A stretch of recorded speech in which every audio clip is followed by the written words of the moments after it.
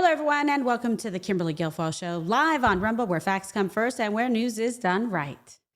And today, we bring you full coverage of the carnage, the chaos, and charred landscape of Los Angeles. The destructive fires have changed the character of the city forever. Thousands of homes gone, beachfront mansions burned to the ground, complete neighborhoods obliterated, and failed leadership from Sacramento to LA City Hall. And Los Angeles and the state of California were not prepared. The mayor of LA was in Ghana and nowhere to be found until days later. The fire hydrants were empty. Firefighters left helpless. Evacuation orders barely communicated. Brush wasn't cleared. The mayor cut the fire budget. State Democrats slashed wildfire prevention funding. And all these failed policies are contributing to literal destruction and the historic devastation of people's lives. The governor was asked about fire hydrant failures. This is a disaster response failure from a one-party state that refuses to admit its wrongdoings, including LA Mayor Karen Bass. And she's refusing to say anything about why she didn't have the city prepared. Pray for recovery and for the health and safety of Los Angeles. There must be real political consequences for these undeniable policy failures. Joining me now, State Assemblyman from California's 63rd District, Bill Essayli. Wonderful to have you back on the program, but sorry it's under these very tragic circumstances. And we're looking to you, Assemblyman, to try to put what we are seeing in perspective, because this is historic and preventable destruction. And the state didn't seem ready for it at all. What went wrong? So, Kimberly, California is not new to wildfires. I mean, this is to be expected. I mean, obviously, this was a strong wind event. It was hurricane winds, but we were not prepared. Every time there's a wildfire, we always say we have to change the way we do business in California. We need the water reservoirs. We need to have water infrastructure. We need to invest in wildfire prevention. The Democrats cut the wildfire prevention budget by 80% in the state budget. That's not really being reported in the outlets right now. They only spent $200 million in our last budget on wildfire prevention. We need to get the regulations out of the way. I talked to my firefighters. I said, why aren't we doing these controlled burns? Even, I'm not that old, but I remember being younger and I would see fires during the off seasons that the firefighters would do to clear some of the brush and the fuel. They said, oh, we can't do it because we have to go through CEQA. CEQA is an environmental study and impact report, which takes months or years to complete. So the state expects the fire departments to go through CEQA to make sure there isn't a bird nesting in the vicinity. Well, guess what? All the birds are dead now. All the birds are dead. The homes are burned. And what about all this carbon? They're so obsessed with climate change and carbon. This fire put out more carbon than they're going to save over the next 10 years or whatever. They're not, I don't even like to call them environmentalists. They're not good for the environment. No, it's they're just not. bad, stupid policies, and we have to change the way we do business. You're absolutely right. And all of this is carcinogenic. I have so many friends there. They're cancer survivors, et cetera. And it's like, we need to leave. They're afraid about what's going into their lungs. And I mean, it's really tragic, not only just environmental, but health disaster as well, the repercussions of which that we will probably see unfolding in the years to come. It really breaks my heart to see what's happened, the destruction.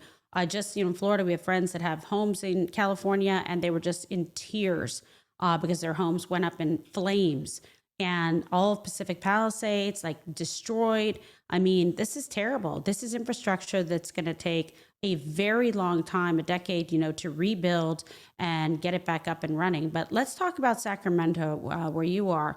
What have Sacramento Democrats been up to while all of this has been going on?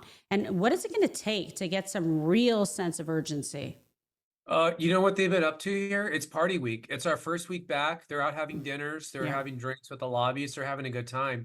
And today on the legislature, you know what we had? We didn't have a special session to fireproof the state. They had a special session to Trump-proof the state of California.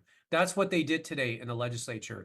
I sent a letter to the governor. I said, we don't need a Trump-proof. We need to fireproof the state. I don't understand why we're doing anything other than focused on providing relief and financial support for the firefighters and the victims. and changing our policies in the state of California. That's the only thing we should be doing as a legislature. They have no interest, Kimberly. They don't care. These people are, I say they're the worst of two things. They're arrogant and incompetent.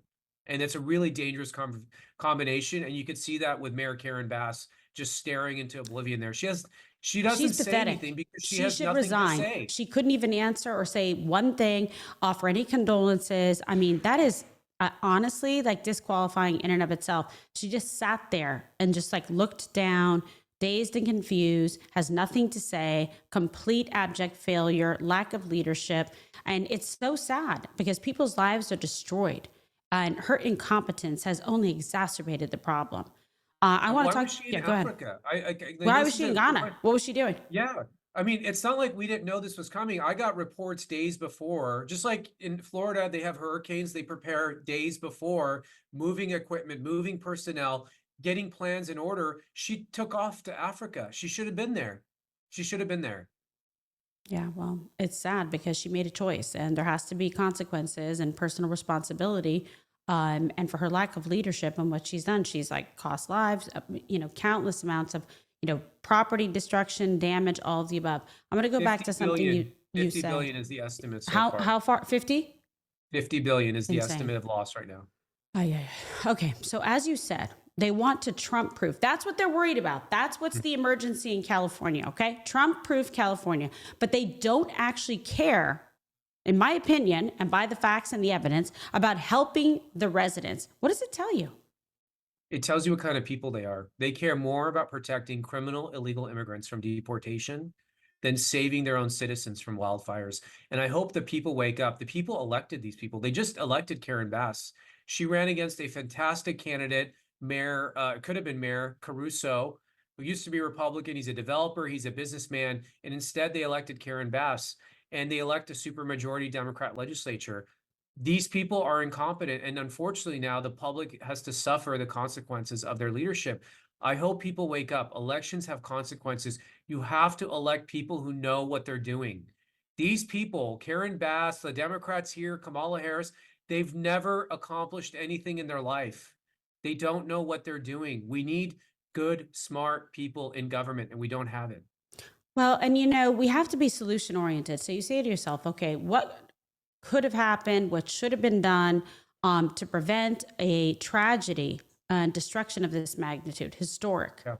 And it really frustrates me because, you elect people and you hope that they actually are going to have at least some basic core competency to understand how to prepare themselves for disasters like this.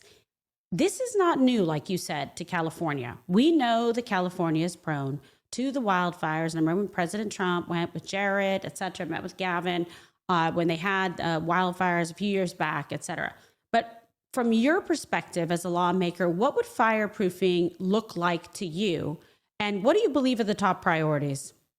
Number one, reducing the fuel in the wildlands. You have to clear out the dead trees, which we don't do anymore. The environmentalists won't let us touch the dead forests, the dead trees. Let the timber companies in, clear them out. You have to do controlled burns. You have to create big fire lines, maybe a couple miles wide. So when there's a fire, it gets contained. It doesn't just grow out of control. You can stop it. So we have to do controlled burns. We have to underground power lines in dangerous areas. A lot of these fires get started by power lines, whether a tree falls on it or some other event. We have to do that. We have to invest in fire prevention. 200 million for a state the size of California is a joke. They're spending $5 billion a year on illegal immigrant health care and $200 million on wildfire prevention. That just shows you where their priorities are. And then you got to invest in infrastructure. The voters have said we want water infrastructure. They approved a bond for $6 billion. They haven't even, that was 10 years ago, they haven't built a single thing. They won't build water desalination so we can have fresh water out of the ocean. You have to actually build and do things and improve the infrastructure. There's a lot we can do. That way, when these things happen, they can at least be prevented or mitigated, so they're not as bad as what we're looking at right now. I don't buy this that there's nothing we can do. If there's nothing we can do, then get out of office. Why are you there? Let someone else go in and try then. I couldn't agree more. And let's talk about the insurance side, because that is a big part of this. How will these homes, get insurance to rebuild, et cetera? I know some of the people, obviously, God bless, worked hard and are quite affluent that come from Pacific Palisades, but memories are priceless. Photographs are priceless. And it's very sad what's happened. It doesn't matter what your socioeconomic background is, but some people are really going to be struggling, and that's their primary home. They're homeless, they have nowhere to turn to. And we know how cumbersome the whole insurance industry can be. So, where's the state insurance commissioner, Ricardo Lara? Like, what is he doing? The insurance market was already in crisis. This fire is now going to put us over the cliff. I'll just tell you how bad it is. In the Palisades area, 70% of the homes there had their fire insurance canceled a few Oh, yeah, months yeah. ago. The Terrible. fire insurance companies, they don't want to insure California anymore. The risk is too high. So what California did is they created what's called a FAIR plan. That's basically, it's an unfunded insurance policy. So a lot of these homes that are being burned are in this FAIR plan, but there's no money in it. And the state is going to look to the insurance companies to cover the shortfall. And that's why they're running out of the state of California. Insurance companies are looking to get out of business in California because they're going to go bankrupt doing business with this state. So I don't know what's going to happen. It's going to be a huge disaster. Like I said, it's $50 billion estimated loss right now. Just to give you an idea, the entire budget for the state is about $300 billion. So you have 50 billion already in loss. That's a big number. And ultimately, we're all going to be paying one way or another, whether it's through taxes or higher insurance premiums. It's not good. No, it's terrible. We're just looking at the footage there, over 1,000 structures that have been destroyed. It's just devastating when you think about it. And it's just, wow, that's really compelling images. People trying to battle the flames. And it's a lot of emotion involved in this. And it's very, very sad what's happened here. And let's talk about the state backed FAIR plan. Won't that be insolvent now? Yeah, they don't have $50 billion. So the way it works, I don't know if you remember, but when the bank went under in California, they looked to all the other banks to basically pitch in to cover its losses. So that's sort of the same model they have for the FAIR plan. When the FAIR plan goes insolvent, they're going to assess the other insurance companies proportional to their market share. So what that means is that if you're doing business in the state of California, you don't want a big market share because that means you're going to get a bigger bill from the FAIR plan. So that's why these insurance companies are all racing to cancel as many policies as possible to Hmm. lower their market share because they want to lower their exposure. It's a big problem. It's a very big problem.